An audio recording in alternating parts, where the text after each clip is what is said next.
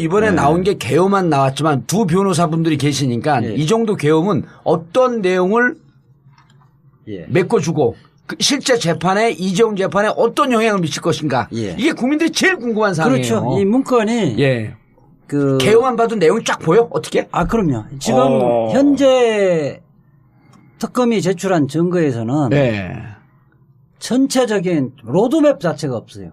아, 이 박근혜가 삼성을 어떻게 설득을 해서 자기들이 돈을 빼먹을 것인가. 그거를 어떻게 치밀하게 준비해 왔는 과정이 없어요. 지금 나온 거는 안종범이 대통령 독대하면서 기재한 메모. 그 다음에 박근혜가 지금 이재용을 세 분 만났던 과정. 뭐 이런 단편적인 그 증거 자료만 퍼즐들만 있거든요. 있었던 거야, 퍼즐. 그 부분을 갖고 합리적으로 설명을 하려면 약간의 상상과 추론이 필요한 거거든요. 그 부분에 대한 실마리가 풀려진 거죠. 그러니까 전체적인 이재용을 처음에 이재용이 언제부터 경영권 승계를 꿈꿔왔던가. 그것은 이건희 회장이 갑자기 쓰러지면서 시작된 거잖아요. 이때의 문건은 그때부터 이 문건이 내용이 나오는 거예요. 그러니까 이재용의 시점이 신근경색이 2014년 5월경일 거예요.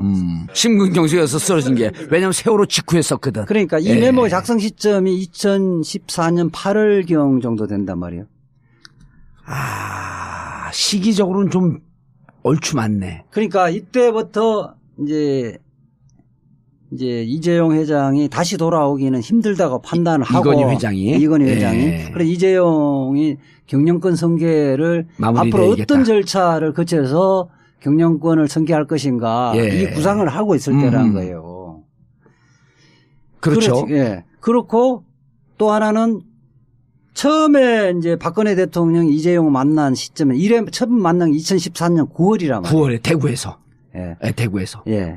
9월이란 말이에요. 그 전에 이미 이 말하자면 치밀하게 준비를 하는 거죠. 그 문서예요. 삼성이 9월에 이재용 회장을 대구에서 만나기 전에 8월서부터 삼성의 승계를 도와주고 그 대가로 어느 정도 무슨 돈을 받고 K재단, 미르스포츠재단, 비덱스포츠 이런 등등에 대한 전체 마스터 플랜이 그렇죠. 입안되는 그 시점. 그게 또 그 김영한 민정수석 그 비망록 다이리에서도 이 내용이 나왔거든요. 나왔죠. 본인은 뭐 사망했기 때문에 못 듣는단 말이에요. 그거 부분을 종합하면 박근혜가 민정수석실을 중심으로 해서 이 말하자면 모의를 했다는 거예요. 모의한 과정.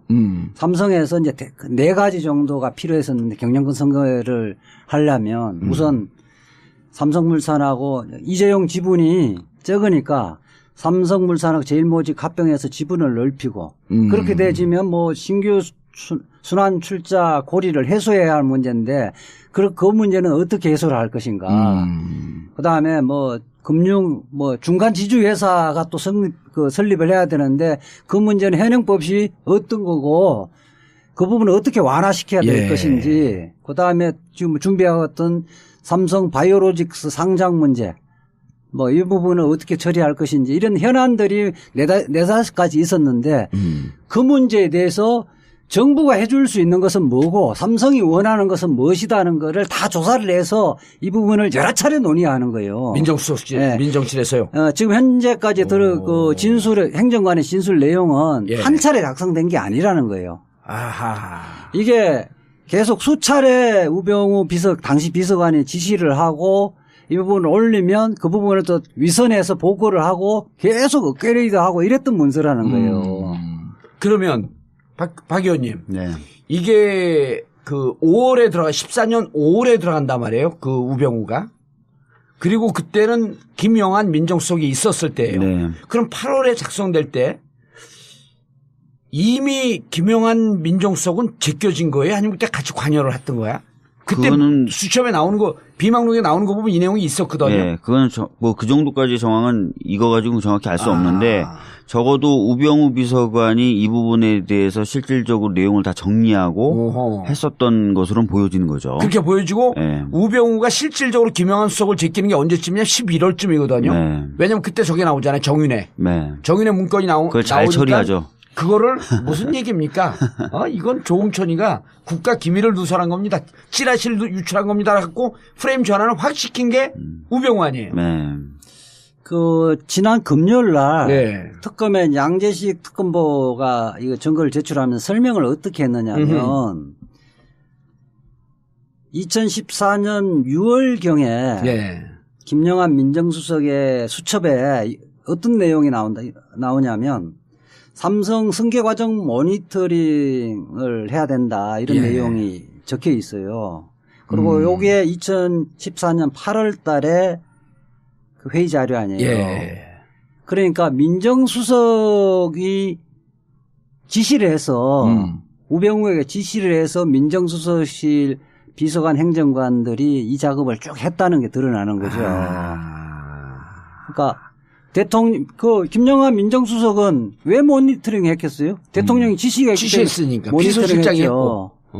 그러니까 적어도 6월 달부터 삼성하고 접촉하면서 삼성이 현안 문제가 뭐고 지금 우리가 그 부분을 도와주려면 입법적으로 어떻게 해결해야 되고 실질 뭐 그런 부분들을 다 면밀히 토론하는 거 여러 차례 토론하는 거예요. 이 토론 기록이 다 나온 거예요? 회의 자료가? 그렇죠. 그때 메모가 그런 부분들의 그러니까 지금 행정관 이야기로는 한 번이 아니고 수시로 했다는 거고 했다. 그 부분을 수시로 또 위선에 보고를 하고 또 지시를 했다는 거예요. 그러니까 이게 300여 종이라 그러잖아요. 그중에 16건은 자필 수기가 굉장히 많은데 그 뭐 첫 번째 버전, 두 번째 버전, 세 번째 버전 이런 형태로 있을 거예요. 그러니까 한 번 정도로 자기들이 민정수석실에서 그냥 검토해보는 수준이 아니라 대통령과 민정수석의 지시에 의해서 구체적으로 진척 상황 너희들 앞으로 이 부분을 좀 해봐라. 그거를 보고받고 또 위에 보고를 올리고 이런 식이죠. 아니 이렇게 되면 이제 삼성 재판에서 이 빼박이 되는 거 아니에요? 못 빠져나가는 거 아니에요? 그래서 지금 이게 그 아주 조직적이고 체계적으로 움직였다는 게 드러난 거기 때문에 그리고 완성된 자료가 다 나온 거네. 네. 그래서 지금 뭐 이재용 나는 몰랐다라고 얘기하기도 어려운 거고요. 그다음에 뭐 박근혜 대통령이 이런 사람들 지시 안 했다 이런 얘기를 하기도 어려운 거고. 그래서 이 증거에 의해서 아까 이재하 변호사님 말씀하신 대로 그 로드맵이 다 그려지는 거죠. 그러면 2014년 9월 대구에서 무슨 행사장에서 이재용을 만난 것도 어찌 보면 우연히 만난 게 아니고 그 자리에서 그 얘기를 하기 위해서 만났다 이렇게 볼 수도 있는 거 아니에요? 그렇죠. 이제 사실 뭐 속된 말로 꼭지를 딴다 그러죠. 다 이제 밑에 실무진이 준비해 놓고 이제 꼭지를 따는 모임이었을 가능성이 있습니다. 그 자리에 가서 그 승마협회 책임져 주십시오. 뭐 라고 얘기를 한 거거든요. 뭐 그런 얘기가 그렇죠. 좀 됐겠죠. 근데 그게 사실은 왜 세 번 만나잖아요. 세 번 만난 시점이 2014년 대구에서 9월 달에 만나고 승마협회 뭐 지원 뭐 승마협회 지원하고 선수 지원 뭐 이런 이야기 했다는 거잖아요. 아니, 승마협회를 맡아달라 그렇죠. 그리고 2015년 2월로 넘어오면서 삼성이 승마협회를 하나로부터 인수를 해요. 그러니까 회장 자리를. 그것이 그냥 단순 승마협회가 아니라 정의를 지원하기 위해서 어떻게 받을 것인가의 구체적인 계획 속에서 만났다는 게 드러난 거고 두 번째 만나는 게 이제 합병 직후일 거예요. 17일이요. 7월 17일. 그래, 2015년. 합병 직후인데 처음에는 삼성에서는 합병에 영향력을 행사하려면 사전에 만나지 왜 그 지후에 만나느냐. 그리고 이래 만난 거 2014년 9월 달. 이거는 합병하고 너무 시간이 간격이 텀이 있기 때문에 뇌물하고 무관한 만남 아니냐 이렇게 이야기했던 거거든요. 그러니까 7월 17일 합병이 이루어지고 7월 25일 날 만나요. 이재용을. 직후라고 내가 직후에 만나요. 직후. 그러니까 이게 첫 번째 거는 일형 삼성의 그 말한 주장이 일리가 있어 보이잖아요. 우리 합병 이후에 만났는데 이게 무슨 대가냐. 그때는 그 합병 이야기도 나오기 전에 만났던 거다. 9월에 만난 거는. 그리고 그 이후는 만난 거는 합병 그 총회가 이루어진 이후에 만남이다. 관계 없는 거 아니냐 이런 예. 거를 이 부분이 이제 설명이 가능하다는 거예요. 아하. 전 소장님. 네. 근데 이 문건이 회의록이면 이건 그때 해놓고 매번 기한할 때마다 분류를 하잖아요. 네. 요 정도 문건이면 이후에 연말에 분류하기 전에 기한할 때 요 정도면 비밀 기록이다. 지정 기록이다. 일반 기록이다. 이런 정도의 분류를 매번 해놓잖아요. 그래서 연말에 다시 한번 점검을 한다는 거 아니에요? 네. 요것에 대해서 좀 아주 아이러니한 사건이 있는데요. 예. 제가 그 안종범 수첩. 아니, 아이러니한 사건은 광고 듣고 하면 안 돼요. 아, 예. 자, 아이러니한 사건. 예. 이제 저희가 김영한 이제 수첩, 안종범 수첩 이런 기록들을 예. 저희가 대통령 기록관에 대통령 기록으로 지정을 해라. 이게 원래 이런 기록들은 사실 대통령 기록으로 취급을 하지 않았거든요. 그래서 제가 국가기록원장을 직접 만나가지고 손으로 쓴 것들 있잖아요. 수기들. 예. 요번에 다 국정농단으로 드러나고 있는 지금 공개되고 있는 그런 기록들이죠. 예. 근데 그런 기록들을 대통령 기록으로 이관을 받아오고 당신들이 조사를 해라고 이제 저희가 몇 번 요구를 했었어요. 그래서 이제 저번에 말씀드렸죠. 레코드 프리징을 해가지고 직접 청와대를 방문해서 그런 기록들이 얼마나 있는지. 근데 국가기록원장은 뭐라고 그랬냐면 저희한테 그렇게 손으로 쓴 그런 수첩 기록들은 대통령 기록으로 자기들은 보지 않는다.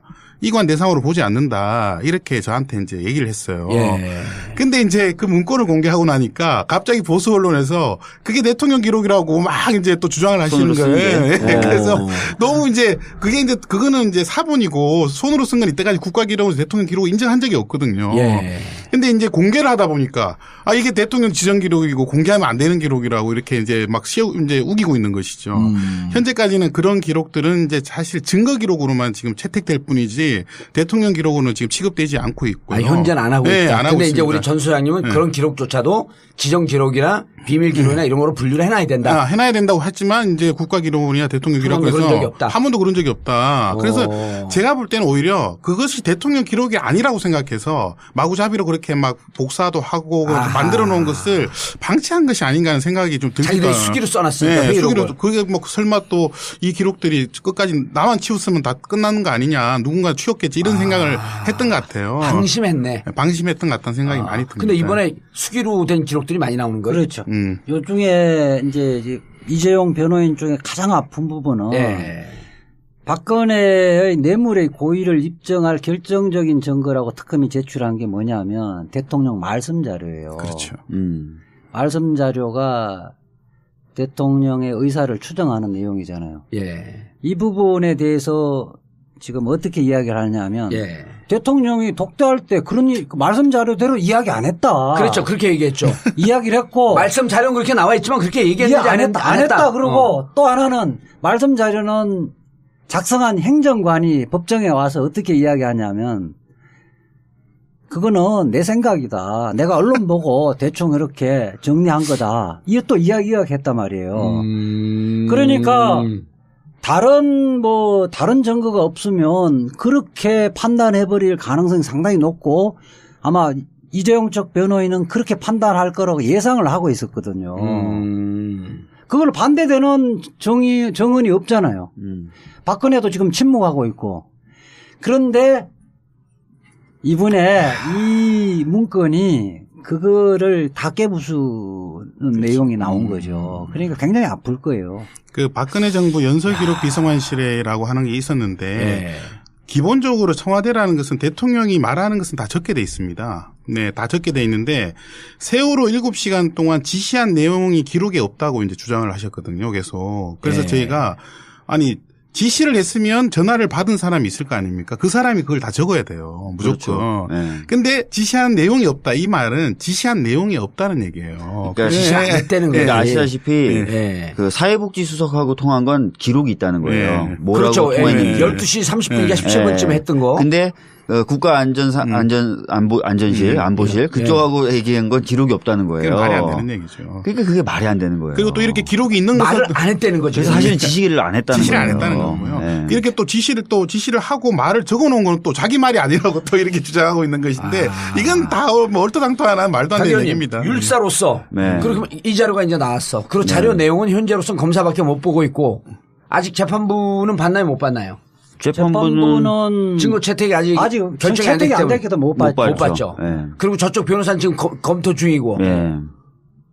지금까지는 실제로 이제 안종범 수석의 수첩이 정황 증거, 즉 간접 증거로 될 때 이재 변호사 뭐라 그랬냐면 아까 비슷한 얘기 하셨지만 원래 뇌물죄는 직접 증거는 본인 진술밖에 없다. 네. 내가 줬습니다. 내가 받았습니다. 네. 그 대부분의 뇌물죄는 간접 증거를 모아서 간접 증거로부터 직접 결과로 가는 과정이다 이렇게 얘기했단 말이에요. 보통 뇌물죄는 그렇게 합니다. 네. 네. 이렇게 얘기 안 했는데 내가 좀 멋있게 얘기한 거지 지금.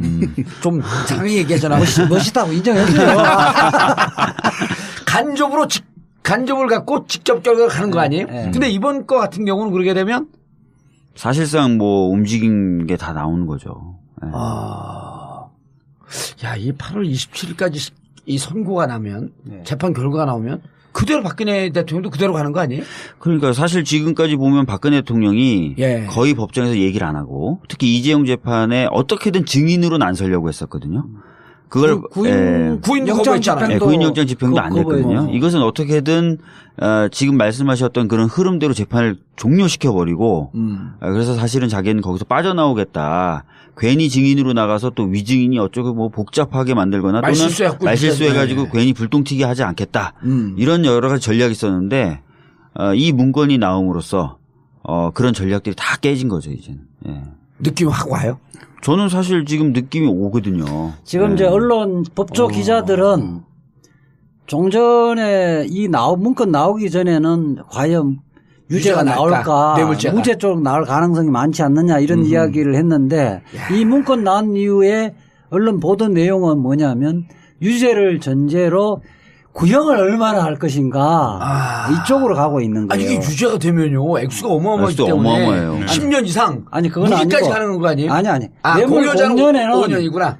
뇌물 공여는 특가법이 적용이 안 되고요. 안 되는데 이게 박근혜 대통령 1,000만 원이 그 뇌물 공여를 하든 1,000억을 공여를 하든 5년 이하의 징역인데 준 사람은요? 예. 뇌물을 죽을 쪽으로 살아있구나. 사실은 이재용이 협력을 했다면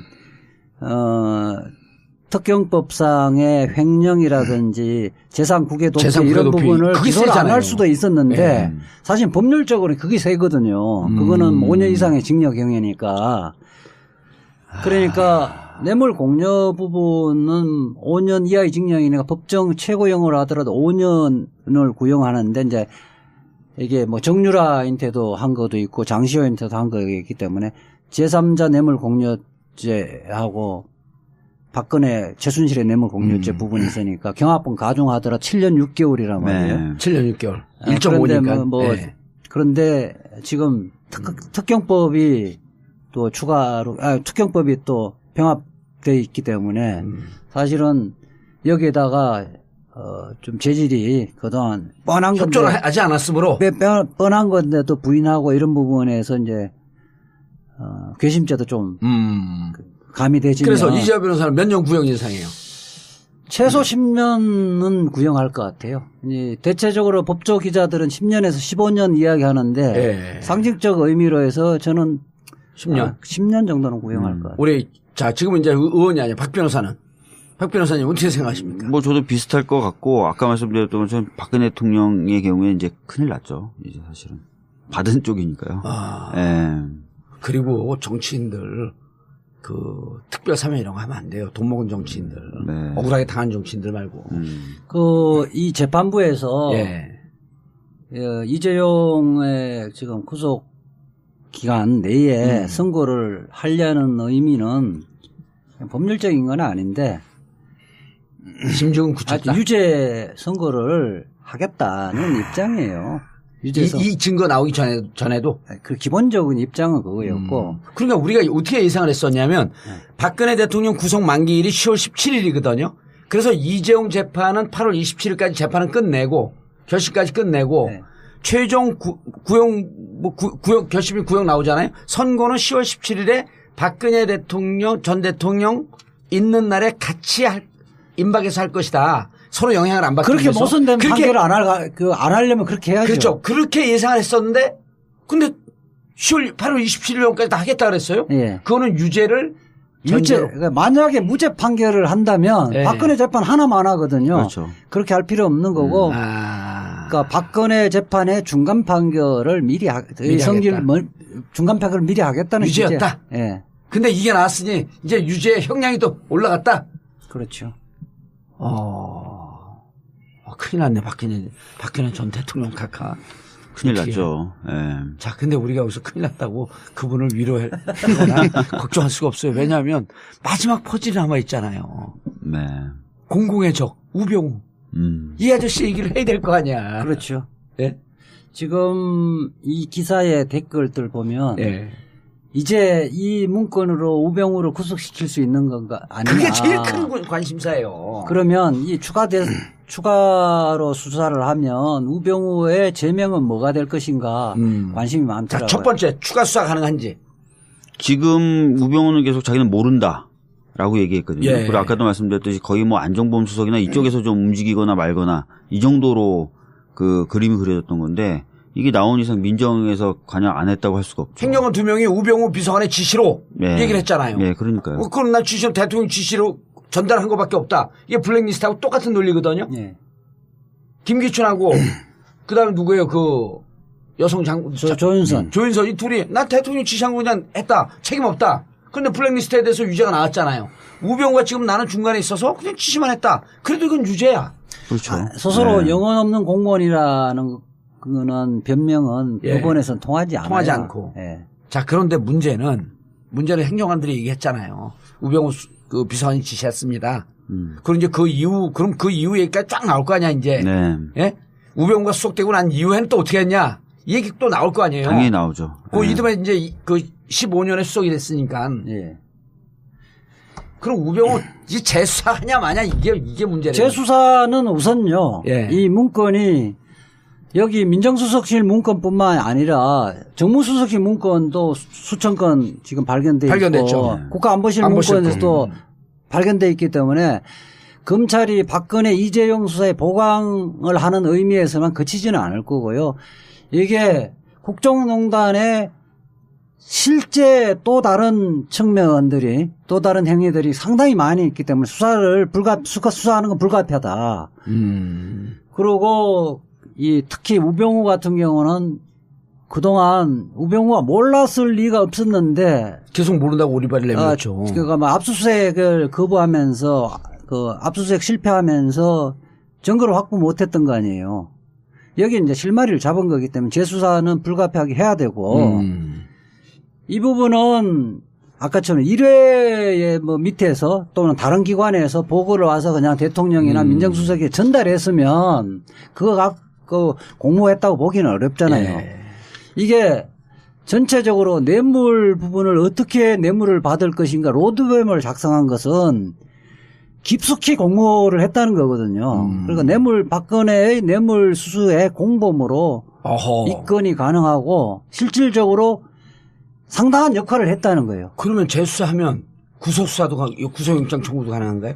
실제로 지금까지 우병우 수석의 경우에는 압수수색도 거부하고 또 나중에 압수수색됐는데 핸드폰 다 바꿔서 새로 개통된 핸드폰 내고. 그건 인멸의 증거 그렇죠. 아니에요? 바로 증거인멸의 의혹이 있었다라는 것이 지금 드러난 거기 때문에 뭐 필요하면 구속도 할 수 있겠죠. 더군다나 이 진술 행정관이 검사예요, 검사. 아, 검사예요? 네. 행정관 검사예요. 그걸 왜 이제 얘기를 해요? 이 아저씨가. 검사이기 때문에 검사가 허위 진술을 할 이유가 없잖아요. 그로 인해서 현직 검사예요? 현직 검사예요. 검찰청에서 파견 나갔던. 그럼 에이스 아니야 또? 에이스 중에 에이스죠. 저 같은 경우는 그 행정관들이 예. 추가적인 문건들을 가지고 있을 거라고 저는 확신하고 있습니다. 자신이 빠져나가기 위해서. 예, 그런 아마 추가적으로 조사를 하게 되면 그 지시한 것에 대한 정황 같은 이제 수첩 기록 같은 것들 아마 제출할 가능성이 우병우 수석이 이제 궁금증이 지시했던 거 다 가지고 있을 거예요. 다 가지고 있어요. 이제 궁금증이 풀리네. 검사란 얘기를 진작 해야지. 일주일 동안 신문을 못 봤잖아요. 검사라냐. 그러면 이분들 우리가 많이 사람들이 의혹을 제기하잖아요. 특히 이른바 조중동에서 이거 무슨 음모 아니냐. 그리고 발견하고 뭐 11일 동안 왜 갖고 있었냐. 그런데 이 문서 작성의 주체가 검사라고 한다면 모든 해답은 다 풀리는 거예요. 이 문건의 중요성을 알았고 이 문건을 파쇄하라고 했을 때 이것이 갖고 올 위법한 행위의 파장도 알았던 거예요. 그럼요. 저는 박근혜 정부가 왜 이렇게 기록을 꼼꼼하게 남겨놨을까라고 하는 제가 생각을 많이 해봤어요. 예. 근데 이분들도 공무원 분들이고 대부분 다 이 청와대로 올 정도면 굉장히 노련한 분들이거든요. 아니 그 부처에서 예. 최고 1, 2등 하는 에이스들이에요. 근데 이 지금 박근혜 대통령이 정상이 아니었고 이 돌아가는 판이 굉장히 위법에 강하다고 하는 것들을 본인들도 많이 느꼈을 거예요. 특히 검사기 때문에. 예. 그래서 아마 저는 그런 과정들을 김영환도 그렇고 안종범도 그렇고 밑에 있는 행정관들도 아마 다 기록화해놨을 것 같다는 저는 그런 생각을 많이 하게 됩니다. 아니 지난번에 그 명절 그러니까 2월 명절 전날 공정거래위를 그 급습을 했잖아요. 아니 예. 금융인가? 공정거래위에 금융위야. 금융. 아니 둘 다 했어요. 둘다 했는데. 공정거래위원회 서기관이 메모를 해놨죠. 그렇죠. 공정거래위에 서기관이 메모를 해놨잖아. 이거 위에서는 SDI 주식 매각 네. 몇 주를 할 것인가. 아니 위원장은 천만 주를 매각을 하라고 하는데 부위원장이 느닷없이 500만 주를 매각해라. 그리고 부위원장이 삼성 사장을 만나고 있었단 말이에요. 그걸 다 기록을 해놓은 거 아니야? 이거 이상한 일이 벌어지고 있네. 왜 1000만 주를 하라는데 부위원장은 왜 500만 주지? 결국 500만 주로 갔잖아. 그러니까 서기관이 이게 내가 이 서기는 기록하는 거 아니야? 서기관이 내가 기록을 해놔야겠다 이거를. 그러면서 그것들이 나타난 거거든요. 그러니까 지금 그 검사 행정관들도 이 상황이 보통 위법한 상황이 아니고 나중에 역사가 너 그거 왜 파쇄했어? 이게 문서화된 게 어디선가 나왔는데 본인이 파쇄를 한 장본인으로 지명될 경우에 빠져나갈 수가 없는 거 아니에요? 그렇겠죠. 그리고 또 위에 있는 지시사항을 자기가 실행한 것으로 되기 때문에 자기가 오히려 기소가 될 수 있는 그런 거죠. 지시한 걸 다 써놔야 되는 거죠. 지시를 받았다는 걸 다 써놔야죠. 다 써놔야 됩니다. 그리고 지시받고 난 무슨 내용인지 몰라서 그냥 파쇄했습니다. 라고 할 때 일반인들은 그것도 이제 법에서 무지는 면책 사유가 아니다. 민정수석실에 전혀 관계없는 다른 직원이 와갖고. 예.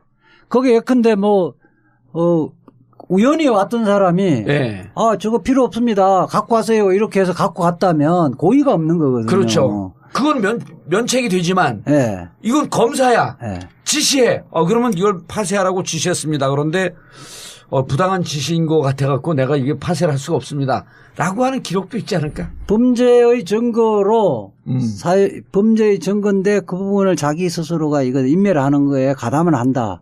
이런 거는 알고 다 하잖아요. 그렇게 하면 이거 공범이죠. 1차 파쇄기가 들어간 게 그 JTBC 태블릿 PC가 나오고 난 다음 날인가 아니에요? 그 다음에 2차가 들어간 게 12월 또 1월 이럴 때 이 검사들이가 판단을 했네.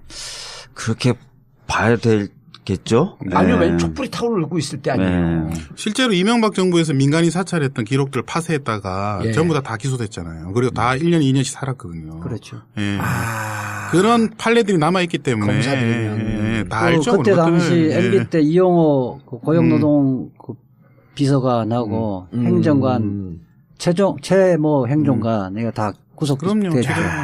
그러니까 이 행정관들이 검사인데 검사 나와서 우병우 비서관의 지시였습니다. 그러니까 그런 얘기 한다는 거 깜짝 놀랐어요, 저도. 그래서 사실은 아마 변호인이 지금 이재용 변호인들이 부동의 해봤자 소용이 없겠구나라고 생각할 거예요. 소용이 없으면 이제 검찰 측에서 행정관들 불러갖고 법정에서 증언 시킬 거 아니에요. 부동의하면 행정관이 더 많은 얘기를 하겠죠. 지난번 우리 방송에서 여기 문서에 언제 누가 작성했는가는 검사가 부르면 하루면 된다. 그렇게 이야기했거든요. 누가 그걸 거짓말 하겠어요. 아니 일단 현직 공무원들이에요. 현직 공무원들은 나오라고 하면 바로 나와요. 아니 그리고 역사는 지금은 어찌 보면 박근혜 정부 시절에 가서 일을 했지만 어찌 보면 박근혜 정부의 진실을 캐내는 중요한 단서를 제공한 역사에 충실히 되는 거 아니에요. 그러니까 지금 항상 그랬잖아. 우리 방송할 때 우리가 볼 때는 우병우 라인의 검사인데 스스로는 우병우 라인이 아니라고 이야기를 하고 있잖아요. 다. 아니 근데 이분 행정관들도 우병우 라인이었기 때문에 데리고 간 건데 그때. 그렇게 또 주로 쓴 건데. 근데 사실은 지금 행정관 정도면은 앞길이 창창하거든요. 앞길이 창창한데 자기 스스로 이제 전 정권을 위해서 앞길을 닫으려고 하진 않겠죠. 그렇죠. 아니 행정관으로 가면 그 연조가 한 10년 차 이 정도 조금 넘고 그러지 않나요? 10년 차, 12년 차, 15년 차 뭐 그 정도 되겠죠. 네. 그럼 부장검사도 한번 해야지. 네. 검사장도 한번 해야지. 왜 그래? 이 양반들아. 야, 솔솔솔 얘기한 내용이 우리가 아는 것보다 훨씬 더 많았겠는데요. 아, 그렇죠. 지금 아마. 그러면 우병우는 결론. 재수사. 바로 저는 뭐 재수사 될 거라고 보고 이재용 재판에서는 뭐 이제 행정관이라든가 관련자들 아주 자세하게 진술서를 확보를 하기는 어려울 거예요. 근데 이제 재수사가 되면 시간적 여유가 있는 거 아니에요. 그렇게 되지면 첫 번째 문서는 언제 어느 날 누가 어떤 말을 했고 지시를 했고 이런 것들이 다 이제 확보가 된 다음에 우병우를 부를 거고요. 자, 그럼 단계적으로 되지면 저는 우병우의 다시 영장 친다고 봐요. 자, 그럼 단계적으로 보면 이렇게 되겠네요. 지금 이 자료를 들여다보고 있으면서 자, 8월 27일까지 어쨌든 이재용 재판 끝내. 1심은 끝나요. 그리고 동시에 우병우 관련된 자료를 검토하다가 바로 뒤에 이어서 우병우에 대한 재수사. 즉 그리고 구속 기소. 구속 수사. 구속영장 청구. 그리고 그것이 진행이 되면서 10월 17일까지 박근혜 재판 끝. 그다음 우병우 재판이 또 뇌물죄로 다시 추가되는 거죠. 추가될 가능성이 높아졌다. 아휴, 10년 묵은 체중이 좀 내려가는 것 같아. 이탈리아에서 먹은 피자가 좀 내려가는 것 같아. 이제. 지금 뭐 동시다발적으로 여러 개를 보고 있잖아요. 아시다시피 이제 카이 관련돼서도 그 당시 수사가 미진했던 이유 중에 하나로 우병우 전 민정수석이 지금 지목되고 있고. 그거 관여하고 있다. 뭐 문고리 3인방 중에 하나도 그쪽에 관련돼 있다. 뭐 이러면서 지금 전방위적으로 지금 한번 보고 있는 거예요. 방산 비리까지 다 포함해가지고. 그러니까 이건 적폐청산이 아니라 그냥 범법자 처벌. 네, 그렇게 봐야죠. 저는 개인적으로 이번에 그 우병우 씨 그 세월호 주사 방해한 부분 있잖아요. 그것도 관련해서 이번에 대통령 지정 기록물을 국회에서 한번 3분의 2 동의를 받아서 한번 열어봤으면 좋겠다는 생각이 드는데 저는 굉장히 의심하고 있는 게 그 기록 안에 아무것도 없지 않을까 이런 의심을 계속 하고 있거든요. 세월호 지난번부터 계속 그 얘기했죠. 그래서 허위로 이렇게 지정을 이렇게 기록을 해놓은 것이 아닌가 그런 생각이 많이 들고요. 또 이번에 그렇게 되면 그 와서는 이제 황교안한테 가네 또 그럼. 그렇습니다. 그리고 만약에 수사를 하게 되면 고등법원 이제 법원에 영장이 있으면 그걸 열어볼 수 있거든요, 사실은. 그래서 그런 부분에 좀 주로 한번 열어봐야 될 것 같다는 생각이 좀 많이 듭니다. 특히 자기 친구한테 지시해갖고 이름도 다 잊어먹었어요. 이제 친구한테 부탁해갖고 그 광주 지검장에게 연락을 했잖아요. 광주지검장 누구지 그분 이름이? 저도 이름은 지금. 하도 이 등장인물이 많아가지고. 근데 지금 뭐 말씀하셨던 거는 이제 우병우가 그렇게 수사 외압 넣었다는 부분이 아니라 7시간 동안 박근혜 대통령의 지시나 행적 관련된 그 부분도 있고요. 뭐 그건 아까 있었던 거고 또 뭐 수사 방해했던 부분이나 이런 부분들도 뭐 지정 기록이라고 하면 사실 이런 기록들이 남아 있어야 되는 거거든요. 뭐 통화한 것이나 지시했으면 만약 지시한 기록이 있겠죠. 근데 그것도 만약에 제가 볼 때는 아무 기록도 없다고 생각됐는데 지금처럼 생각해 보면 또 저런 것들도 혹시 남겨놓은 거 아닌가? 아니 가능성 있는 게 그때 직접 전화 받은 것은 그 과장이었던 수사 과장이었던 윤대진 그 과장 아니에요? 윤대진 과장에겐 직접 전화했잖아요, 우병우가. 윤대진 과장이 아니고 그때 당시에 이제 수사팀장이었었나요? 부장검사 출신. 그러니까 윤대진에게는 했고 지금 윤대진이 몇 차장으로 왔어요? 지금은 1차장 대행 아니에요, 지금 현재. 1차장으로 왔죠. 1차장으로 왔나요? 임명됐죠. 그럼 그때 당시 기록이 없을 수가 없겠네. 그럼 그건 윤대진이 얘기를 해야 되는 거 아니에요, 이제는? 그러니까 배윤 소윤? 세월호가 7시간만 지정이 돼 있는 게 아니라 세월호 전체가 지정이 돼 있어요, 지금 사실은. 그래서 그게 깡통일 것이다. 네, 그런 것에 대해서 한번 되게 좀 볼 필요가 있다 이런 생각이 좀 드는 거죠. 그 기록물 찾아야 기록물 관리법을 이제 개정을 해서 이것처럼 이번에는 뭐 다 디가우징하고 다 없애버렸잖아요. 이거를 굉장히 엄격하게 엄중한 처벌을 할 수 있도록. 현재 그런 그 파쇄고 그런 게 이제 이명박 시절에 1년 반 이렇게 좀 싸게 받았는데. 그거는 이제 대통령 기록이 아니라 이제 공공 기록이었습니다. 공공 기록. 대통령 기록물 이렇게 파쇄고 그러게 되면 이제 처벌 조항이 어떻게 되죠? 10년 이하의 징역에 처하게 되죠. 그렇게 세네 그걸. 그걸 현실적으로 적용 가능할 수 있게끔. 그렇습니다. 좀 조항을 좀 적용을 좀 엄격하게 하면 되겠네. 실제로 박근혜 정부에서 정윤회 문건 유출했다고 대통령 기록물법으로 기소를 했죠. 그렇죠. 그래서 지금 고등법원까지 계속 무죄가 나오고 있는 거고. 예, 왜냐하면 그걸 찌라시라고 그랬기 때문에 대통령이 기록을 인정을 하지 않았기 때문에 그게 또 사본이었고 그래서 이제 그 기소가 되지 않았던 것이거든요. 예. 근데 지금 같이 만약에 진짜 대통령 기록이었는데 그걸 파기한 증거가 나온다고 하면 그런 부분들은 처벌을 해야죠. 네. 알겠습니다. 청와대 문건에 대해서 전체적으로 살펴봤고요. 있는지. 근데 국가기록원장은 뭐라고 그랬냐면 저희한테 그렇게 손으로 쓴 그런 수첩 기록들은 대통령 기록으로 자기들은 보지 않는다. 이관 대상으로 보지 않는다. 이렇게 저한테 이제 얘기를 했어요. 예. 근데 이제 그 문건을 공개하고 나니까 갑자기 보수 언론에서 그게 대통령 기록이라고 막 이제 또 주장을 하시는 거예요. 그래서 너무 이제 그거는 이제 사본이고 손으로 쓴 건 이때까지 국가기록으로 대통령 기록 인정한 적이 없거든요. 예. 근데 이제 공개를 하다 보니까 이게 대통령 지정 기록이고 공개하면 안 되는 기록이라고 이렇게 이제 막 이제 우기고 있는 것이죠.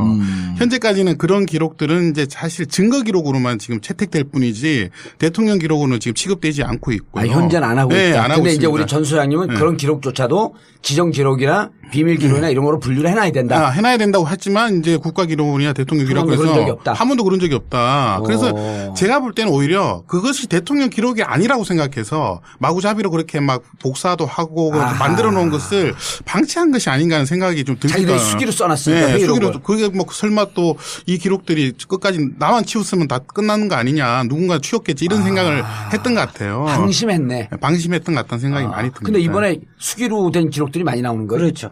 요 중에 이제 이재용 변호인 중에 가장 아픈 부분은 박근혜의 뇌물의 고의를 입증할 결정적인 증거라고 특검이 제출한 게 뭐냐면 대통령 말씀 자료예요. 그렇죠. 말씀 자료가 대통령의 의사를 추정하는 내용이잖아요. 예. 이 부분에 대해서 지금 어떻게 이야기를 하냐면 예. 대통령이 독대할 때 그런 말씀 자료대로 이야기 안 했다. 그렇죠. 그렇게 얘기했죠. 이야기를 했고 말씀 자료는 그렇게 나와 있지만 그렇게 얘기했는지 안 했다. 그러고 또 하나는 말씀 자료는 작성한 행정관이 법정에 와서 어떻게 이야기하냐면 그거는 내 생각이다. 내가 언론 보고 대충 이렇게 정리한 거다. 이게 또 이야기가 했단 말이에요. 그러니까 다른 증거가 없으면 그렇게 판단해버릴 가능성이 상당히 높고 아마 이재용 측 변호인은 그렇게 판단할 거라고 예상을 하고 있었거든요. 그걸 반대되는 정언이 없잖아요. 박근혜도 지금 침묵하고 있고. 그런데 이번에 이 문건이 그거를 다 깨부수는 내용이 나온 거죠. 그러니까 굉장히 아플 거예요. 그 박근혜 정부 연설기록 비서관실이라고 하는 게 있었는데 기본적으로 청와대라는 것은 대통령이 말하는 것은 다 적게 돼 있습니다. 네, 다 적게 돼.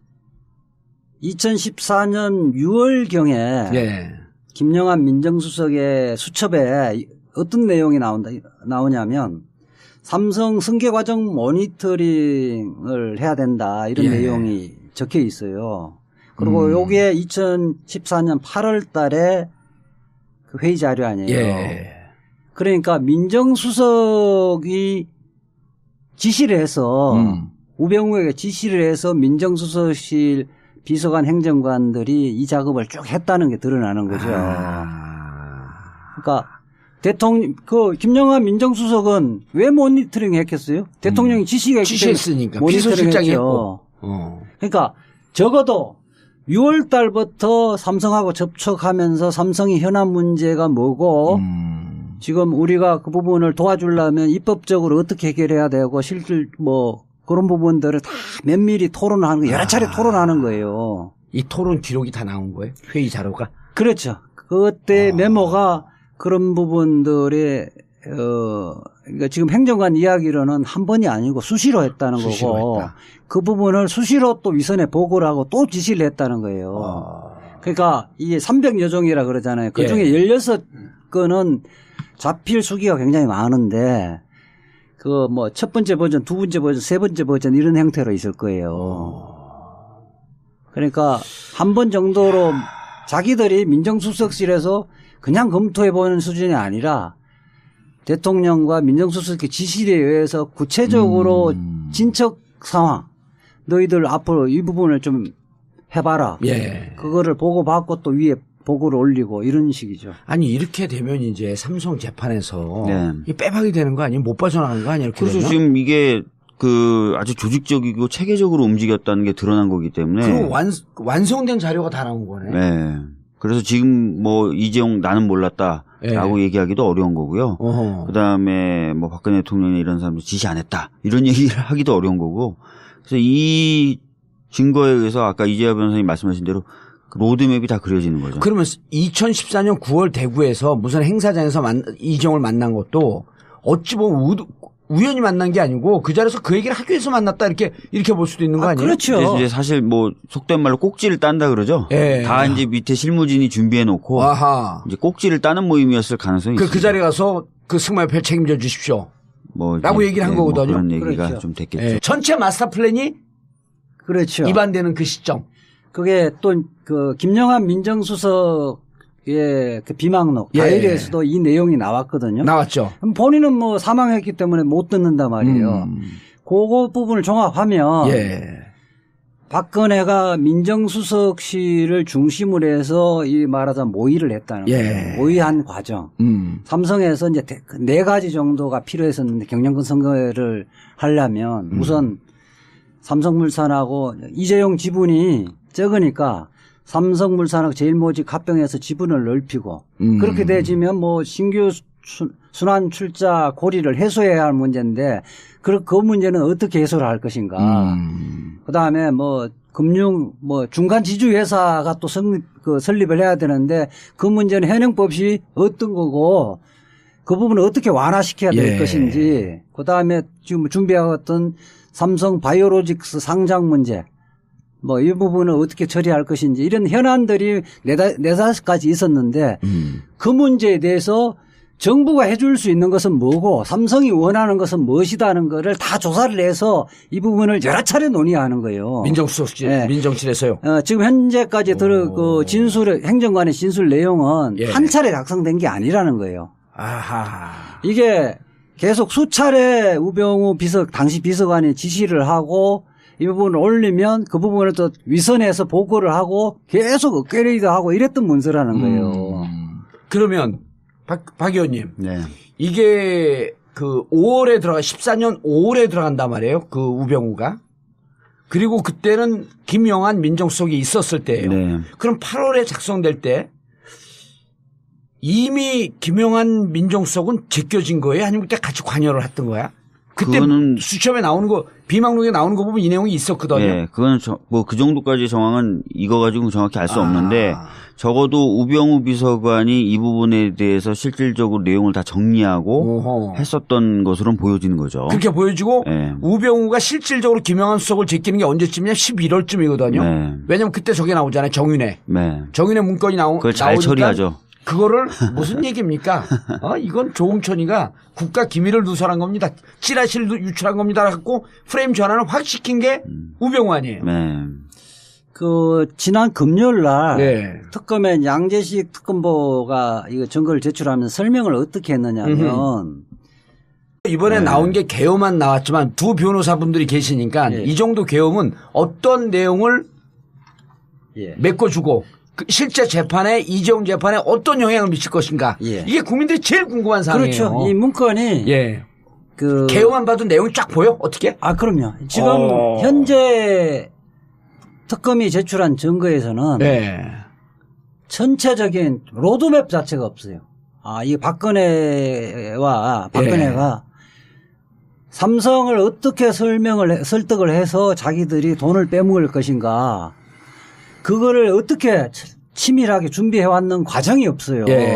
지금 나온 거는 안종범이 대통령 독대하면서 기재한 메모 그다음에 박근혜가 지금 이재용을 3분 만났던 과정 뭐 이런 단편적인 그 증거 자료만 퍼즐들만 있거든요. 있었던 거야. 퍼즐. 그 부분을 갖고 이제 합리적으로 설명을 하려면 약간의 상상과 추론이 필요한 거거든요. 그 부분에 대한 실마리가 풀려진 거죠. 그러니까 전체적인 이재용을 처음에 이재용이 언제부터 경영권 승계를 꿈꿔왔던가. 그것은 이건희 회장이 갑자기 쓰러지면서 시작된 거잖아요. 예. 이때 문건은 그때부터 이 문건이 내용이 나오는 거예요. 그러니까 이재용의 시점이 심근경색 교육이 2014년 5월경일 거예요. 심근경색에서 쓰러진 게 왜냐면 세월호 직후였었거든. 그러니까 이 예. 메모 작성 시점이 2014년 8월경 정도 된단 말이에요. 아, 시기적으로는 좀 얼추 맞네. 그러니까 이때부터 이제 이재용 회장이 다시 돌아오기는 힘들다고 판단을 하고 이건희 회장이 예. 그래서 이재용이 경영권 승계를 마무리 앞으로 되겠다. 어떤 절차를 거쳐서 경영권을 승계할 것인가 예. 이 구상을 하고 있을 때라는 거예요. 그렇죠. 예. 그렇고 또 하나는 처음에 이제 박근혜 대통령 이재용을 만난 시점은 처음 만난 게 2014년 9월이란 말이에요. 9월에 대구에서. 예. 예, 대구에서. 예. 9월이란 말이에요. 예. 그 전에 이미 이 말하자면 치밀하게 준비를 하는 거죠. 그 문서예요. 아. 삼성이 9월에 이재용 회장을 대구에서 만나기 전에 예. 8월서부터 삼성의 승계를 도와주고 그 대가로 어느 정도 무슨 돈을 받고 K재단, 미래스포츠재단, 비덱스포츠 이런 등등에 대한 예. 근데 그게 사실은 왜 세 번 만나잖아요. 예. 세 번 만난 시점이 2014년 대구에서 9월 달에 만나고 승마협회 뭐 지원 예. 뭐 승마협회 지원하고 선수 지원 뭐 이런 이야기 했다는 거잖아요. 예. 아니, 승마협회를 맡아달라 그렇죠. 그래갖고 그리고 예. 2015년 2월로 넘어오면서 삼성이 승마협회를 하나로부터 인수를 해요. 그러니까 회장 자리를. 그것이 그냥 단순 승마협회가 아니라 정의를 뇌물을 지원하기 위해서. 어떻게 받을 것인가의 구체적인 계획 속에서 만났다는 게 드러난 거고 두 번째 만나는 게 이제 합병 직후일 거예요. 17일이요. 7월 17일. 그러니까 2015년. 합병 직후인데 예. 처음에는 삼성에서는 합병에 영향력을 행사하려면 사전에 만나지 왜 그 지후에 만나느냐. 예. 그리고 이래 만난 거 2014년 9월 달 이거는 합병하고 너무 시간이 그렇죠. 간격이 텀이 있기 때문에 뇌물하고 무관한 만남 아니냐 이렇게 이야기했던 거거든요. 그러니까 7월 17일 합병이 이루어지고 예. 7월 25일 날 만나요. 이재용을. 예, 직후라고 내가 직후에 만나요. 기억하는데. 직후. 그러니까 이게 첫 번째 거는 일형 삼성의 그 말한 주장이 일리가 있어 보이잖아요. 아, 우리 합병 이거 이후에 만났는데 이게 무슨 대가냐. 그때는 그 합병 이야기 이야기도 나오기 전에 만났던 거다. 9월에 만난 거는. 예. 그리고 그 이후로 만난 거는 합병 그 총회가 이루어진 이후에 만납니다. 관계 없는 거 아니냐 이런 예. 거를 이 부분이 이제 설명이 가능하다는 거예요. 아하. 전 소장님. 네. 근데 이 문건이 회의록이면 이건 그때 해놓고 매번 기한할 때마다 분류를 하잖아요. 네. 요 정도 문건이면 이후에 연말에 분류하기 전에 기한할 때 요 정도면 비밀 기록이다. 지정 기록이다. 일반 기록이다. 이런 정도의 분류를 매번 해놓잖아요. 그래서 연말에 다시 한번 점검을 한다는 거 아니에요? 네. 요것에 대해서 좀 아주 아이러니한 사건이 있는데요. 예. 제가 그 안종범 수첩. 아니, 아이러니한 사건은 광고 듣고 하면 안 돼요. 아, 예. 자, 아이러니한 사건. 예. 이제 저희가 김영한 이제 수첩, 안종범 수첩 이런 기록들을 예. 저희가 대통령 기록관에 대통령 기록으로 지정을 해라. 이게 원래 이런 기록들은 사실 대통령 기록으로 취급을 하지 않았거든요. 그래서 제가 국가기록원장을 직접 만나가지고 손으로 쓴 것들 있잖아요. 수기들. 예. 요번에 다 국정농단으로 드러나고 있는 지금 공개되고 있는 그런 기록들이죠. 예. 근데 그런 기록들을 대통령 기록으로 이관을 받아오고 당신들이 조사를 해라고 이제 저희가 몇 번 요구를 했었어요. 그래서 이제 저번에 말씀드렸죠. 레코드 프리징을 해가지고 직접 청와대를 방문해서 그런 기록들이 얼마나